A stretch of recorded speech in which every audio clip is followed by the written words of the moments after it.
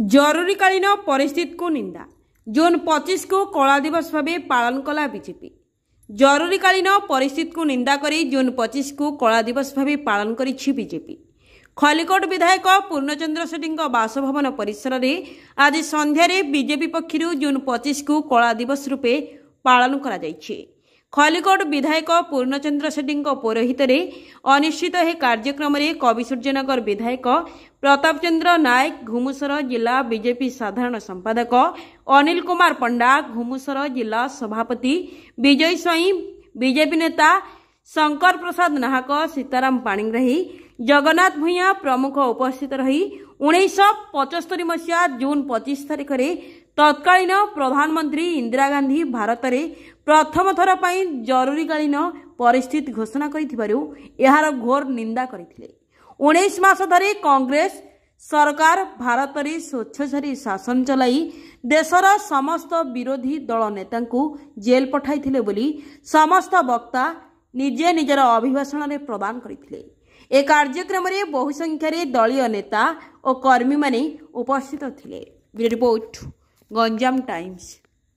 देखंतु पूर्वतन प्रधानमंत्री श्रीमती इंदिरा गांधी निजर गदी को बचाई गणतंत्र को हत्या करी सारा भारत वर्ष में जो जरूरीकालीन परिस्थिति तैयारी करथिले तद्वारा साधारण लोकंकर अधिकार रू वंचित थिले एवं शह शह राजनेता को जोर जबरदस्त जेल भितर पुरैथिले एवं जो सामाजिक मानकर स्वतंत्रता थिला ताकू मध्य क्षुण्ण करथिले।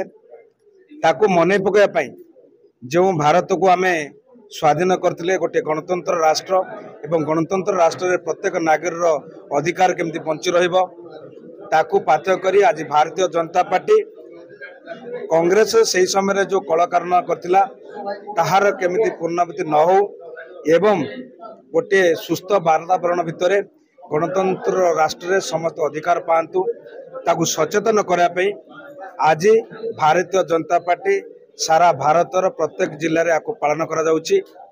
लोके सचेतन हुंतु जे आगामी दिन में से दिन केमिति न आसु एवं समस्ते गणतंत्र माध्यम शासित होंतु एवं निजर अधिकार पांतु।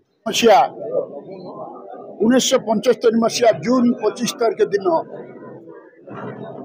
आमर स्वाधीन भारत रे नेशनल इमरजेंसी डिक्लेयर करथिले तत्कालीन प्रधानमंत्री श्रीमती इंदिरा गांधी जो थे कि 21 मास काल लोक बहुत हंतसंत होते विशेष करी निर्वाचित प्रतिनिधि माने जेल रे बहुत दुखरे कालातिपात करुथिले। अतएव ताकू से दिनटी को मन पकाई आज आम भारतीय जनता पार्टी यही दिनटा को कला दिवस भावे विवेचना करुचंती एवं कला दिवस भावे समस्तंकर सम्मुखरे आज कांग्रेसर यही जो हीन उद्देश्य को निंदा करुचंती। आज भारतीय जनता पार्टी तरफ सारा भारत वर्ष रे प्रत्येक जिले में कला दिवस पालन करा जाउछि। तार अर्थ है विगत दिन में पूर्वतन प्रधानमंत्री श्रीमती इंदिरा गांधी जो भली भावे तांकर दुर्नीति भ्रष्टाचार कुसंस्कार को जनसाधारण समर्थन कले नहीं तार प्रतिवाद रे तार भय रे से गणतंत्र को हत्या करथिले एवं इमरजेंसी लागू करथिले। से इमरजेंसी लागू करने द्वारा देश भितर एक कोकुआ भय सृष्टि होता।